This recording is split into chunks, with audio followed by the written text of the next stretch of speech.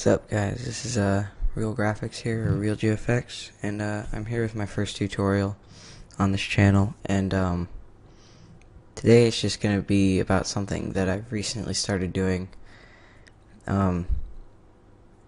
just this week or so. But I've gotten my head pretty much wrapped around it, so I wanted to bring a tutorial for this channel. So today it's gonna be about graffiti slash signatures in Adobe Illustrator. Like this one, I also made another one for a couple other ones saying just different words, but this one is one that I made for my friend in real life, so I'm just gonna get right into it. So we're gonna make a new document, Control N. I'm just gonna make it desktop size 1280 by 720 just to give me some workspace. So we're gonna go straight off the bat, just go to the paintbrush tool, and what you're gonna do is click down this right here where it says 10-point round. It might be on this one right here, 3-point round. Just double click this icon right here and it'll bring up this brush options menu. So you're gonna leave all this right, but you're gonna change the roundness down to 50%, so it'll get it a little bit more it'll get a little bit more calligraphy like, and you can bump up the size to 15 points. So, and then you also want to change the stroke weight to 3 or 2 depending on your size.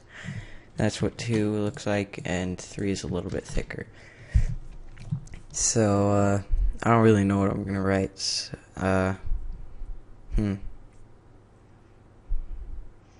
Maybe I'll just write design just to be simple, but you're just gonna want to do it like in this one. You do a lot of curved lines and a lot of style to it, flow.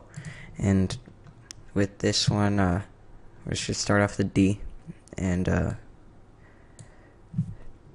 doesn't look so good. So you hit Control Z to undo it, or you can delete it within the program. No, that's not so good.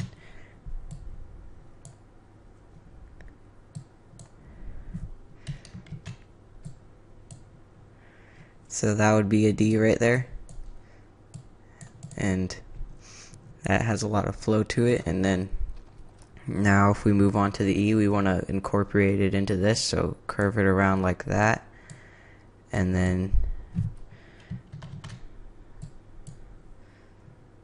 just, I might do a lowercase e right here. Just go around. And then for an S, I usually do something like this. I try and keep it a little bit more smooth, because in Illustrator, as you can see, you can mess around and then it smooths it out as soon as you finish. And even like that, you can sort of mess up some lines, so that doesn't look so good right there. So you try and smooth that stuff out. I really don't like this E or this S, but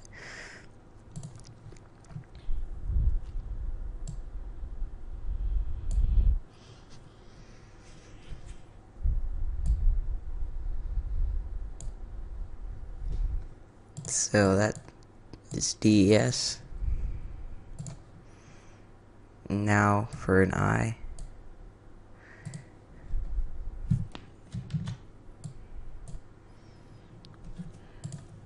And this is just what I would do. You guys don't have to copy this exactly. In fact, I don't recommend you copy this exactly, because that you always want to add your own little twist to whatever somebody shows you, and don't copy styles and stuff like that.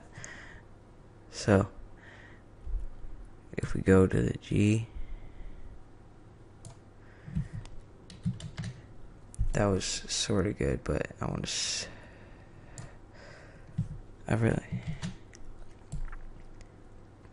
you might have to do this a lot. It's a lot of trial and error of what you think looks good and doesn't. See that G, it doesn't really work with the rest of the work, so I'm just gonna make it a uppercase G. The thing about this style of work is it doesn't really matter whether or not it's lowercase or uppercase because it all flows together really well.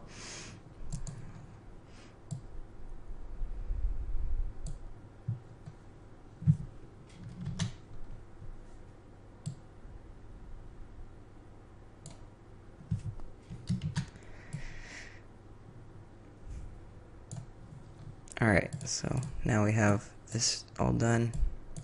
I'm gonna move it over a little bit, and whenever you're doing multiple letters that are the same, so in design I have two eyes, you always want to change them up and make them different, possibly even change the case, like uppercase and lowercase, just to give it a little bit of variety. Don't ever copy and paste it, because that makes it look like you're just using a font or something when you're not.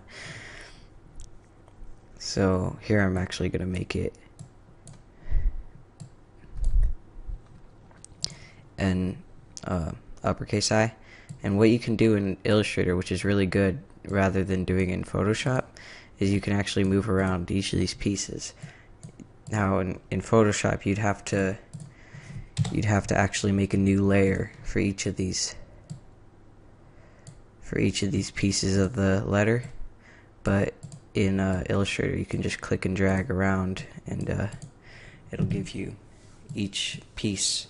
See, here are all the paths, and also in Illustrator it's all based on paths instead of pixels, which means that you can resize this down as much as you want and it won't get any more low quality.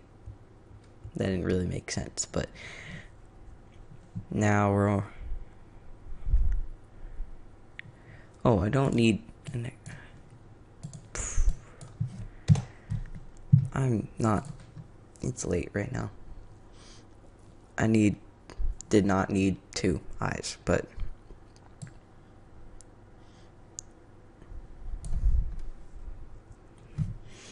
That's not the best then. Probably gonna end up making it lowercase like that. So as you can see here, we all have this. I have this this word right here, design. And then what I usually do to add a little bit of flair, I add these little dots at the end and these arrows just to give it a little bit more, like a little bit more to the piece. Just like add dots at the end of main letters and maybe at the top of the G. You don't want to add too many dots, because if you add so many, like here and here, and it just gets like clustered up and stuff like that. So in this, I actually want to move over to the N.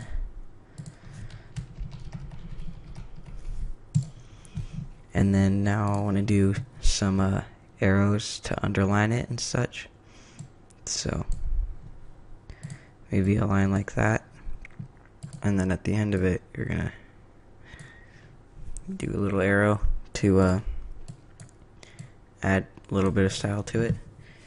And then we could make one like here. This is an example of a place where you'd want to redo the line, because there I didn't. This would be a lot easier if you had something like a Wacom tablet or something like that, because you can just use like a pen. With a pencil, or with a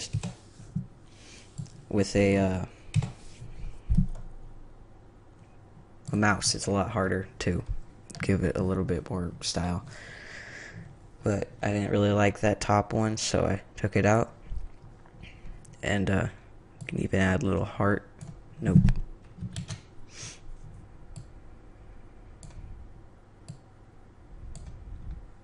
That doesn't look good at all. Alright, so with this, something like this, you want to import it into Photoshop. Just create another new background. Change this to like a dark gray. And what you can do is, you don't have to save this or anything if you don't want to, but you can just select everything and drag over the Photoshop thing. If you're on a Mac, that works the same way. You just drag over that icon down at the bottom toolbar. And now what I usually do is I bring up rulers in this, bring them to the middle. They snap into the middle of the work, and center align that. And then you can do control semicolon or command semicolon in order to remove them and show them again. And what you can do here is control J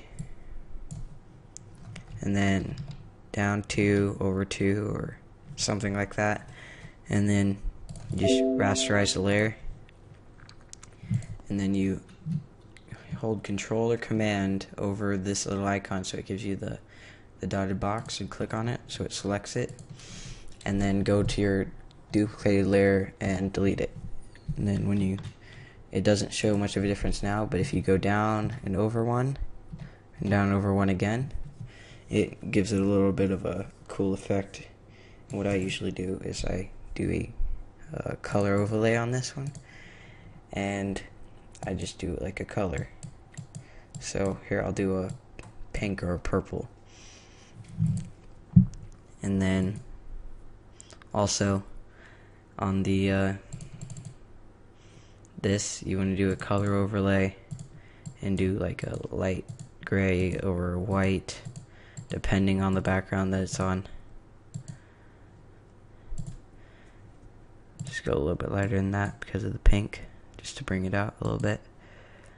And then another thing that you could do is put a stroke on it